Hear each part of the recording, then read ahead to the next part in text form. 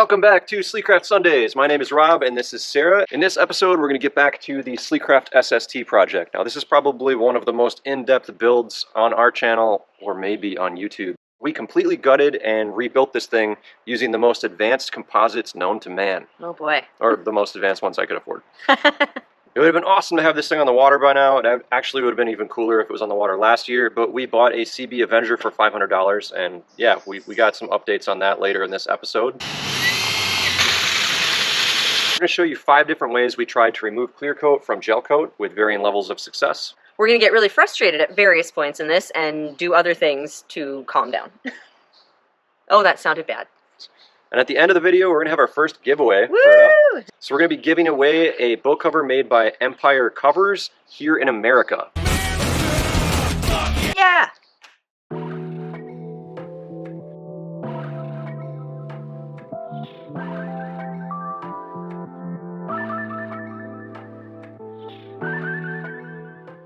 So this is our 86 SST, and someone cleared over the top of the Gelcoat.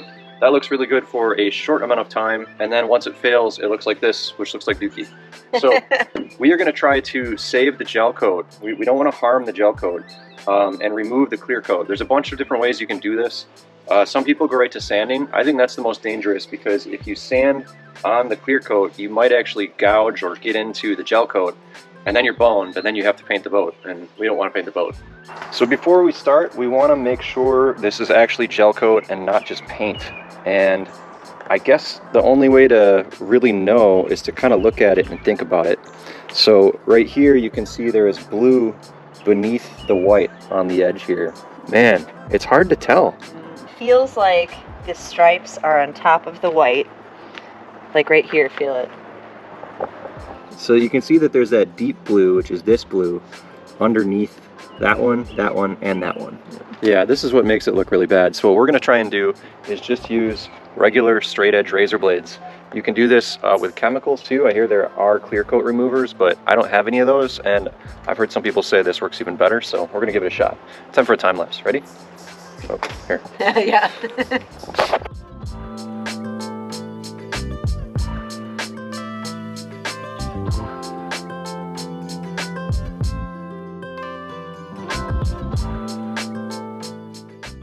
All right, Sarah, so how's the razor blade scraping going? Like, yeah, as long as you get a good angle and technique and you can, like, reach and everything, it peels up pretty nicely. It's where there are little bubbles from the Gelcoat kind of starting to fail, I think, that it's really tough. And also the different colors are, like, bonded differently to the clear. It's really annoying, actually. So how come you haven't finished this one? Because it won't, I got tired. All right, so because the razor blade scraping is working, but it's not working in some spots, we're gonna resort to experimentation with chemicals. Science! And I don't mean drugs yet.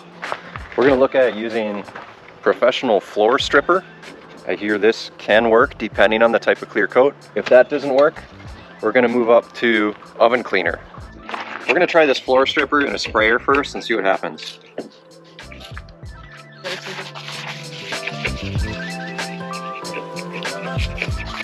Ooh, I do see melting blue. That's not good. That's not good.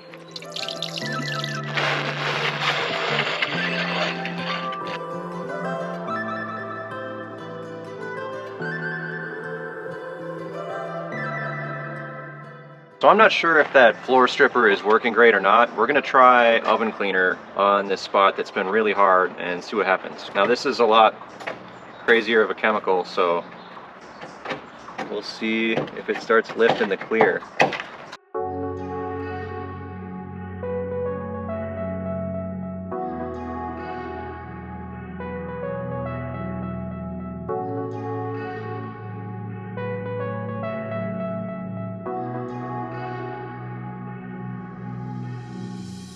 How could it be this? I mean, it's pretty old. Yeah, but the CeeBee was older and it didn't look like this bad. Yes, well, it had a fully rotten floor and then another rotten floor on top of it, so let's... Yeah, well, this one had a rotten stringer with some rotten stringers on top of it. That's true. It's very true.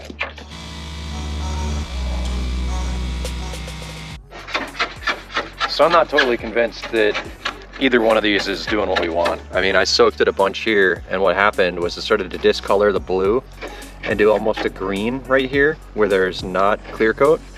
And where there is the clear coat, it still won't come up. It's still there. So we're gonna try to use some heavier duty chemicals here. We got lacquer thinner, acetone, and xylol. I think we're gonna start with a lacquer thinner, then try the acetone, and then the xylol. So I don't know, we'll see what happens.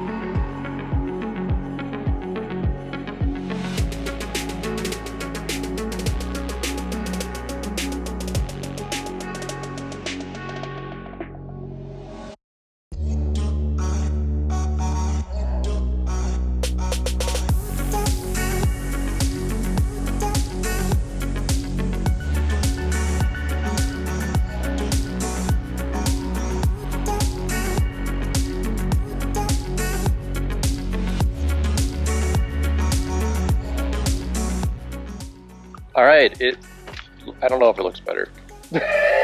We noticed a lot of things, and one of the things that I'm most concerned about is when you look at the gel coat really close, there are these little tiny cracks. What I'm wondering is if they cleared it to try to prevent moisture from soaking into all those little cracks. So what I'm wondering is if there was so much water in here that then it evaporated and got trapped under here, and then it migrated its way up, because fiberglass is not 100% waterproof, and then it froze, causing a little crack. It's so weird. There's just these little tiny cracks, and Having flashbacks to the top of the Astra. yeah, but we're not going to do that here. It's fine. It's not so bad, honestly.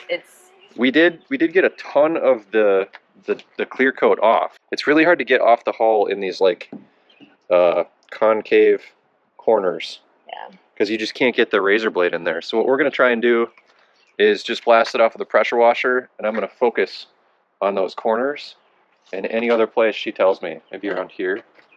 Right? Yeah. Let's get to pressure washing. You ready to get wet? No, that's all you. I'm out of here. Okay.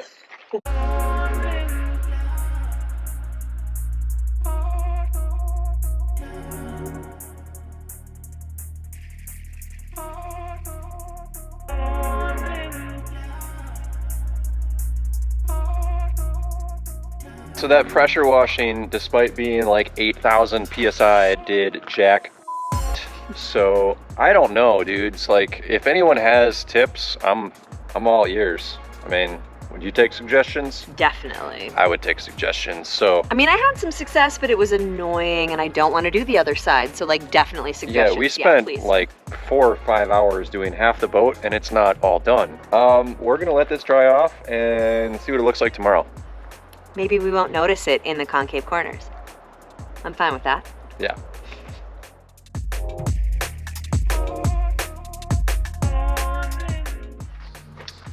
All right, boys, it's the next day, and we're gonna see if we can make this gel coat come back to life. Now, it's really not too complicated. I have a variety of sandpaper ranging from 600 to 2000 grit. We're gonna take it down to 1500.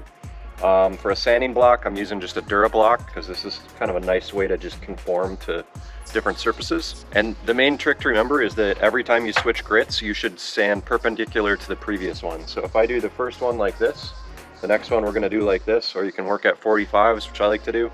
But yeah, let's go to a time lapse, take it down to 1500, buff it, and see what happens.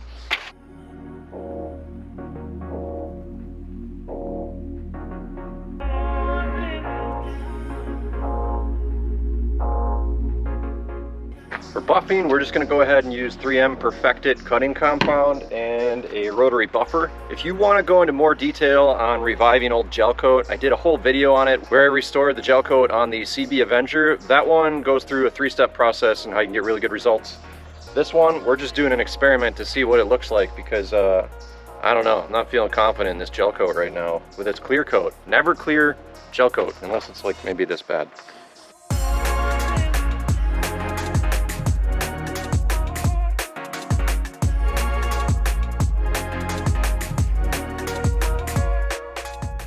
Well, it's looking like that. I don't know if it's better, but it's getting shiny, but I think I need to wet sand it way more. I'm getting frustrated because there's so many flaws in this gel coat, and I was really hoping it would turn out better.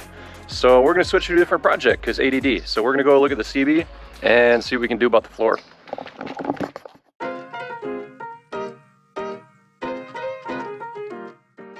So we've had some storms here, and that doesn't look good. Oh, hi, chipmunk. Oh no. That didn't help the floor situation. This cover has seen better days. I think we might need another cover. Oh my god. Oh no. Again, the problem with this boat is that the drain plug was above the floor for some dumb reason.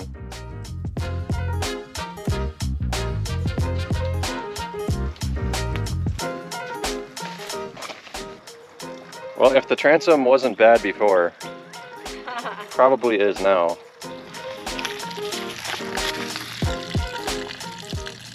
Alright, so here's the stupid original drain plug. We're gonna add another one a little bit off center because I don't know if the stringer is bonded right here. Oh man, feels weird. There we go. There's where the drain plug should have been. Come on, muscles. Show me them pipes.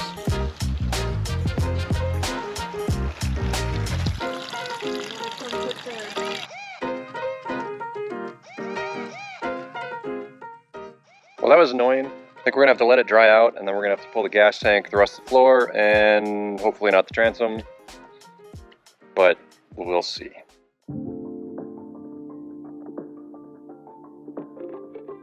All right, giveaway time. Woo! So for those of you who missed the last episode, we got a free boat cover by our sponsor lately, which is Empire Boat Covers. And unlike most boat cover companies, they make a bunch of them here in America. Terrorist, your game is blue, 'cause now you have to answer to America. Yeah! So on their website, they have a widget where you can type in the name of your boat and it'll tell you which cover fits your boat. So we used that last time because oddly enough, the Sleekcraft SST was in their database. And they sent me the 20 to 22 foot Admiral class boat cover. And it's awesome, it's just a little long. And Josh said, well, we'll ship you a slightly shorter one. So we tried this one and it did not fit. It was just a little bit too short.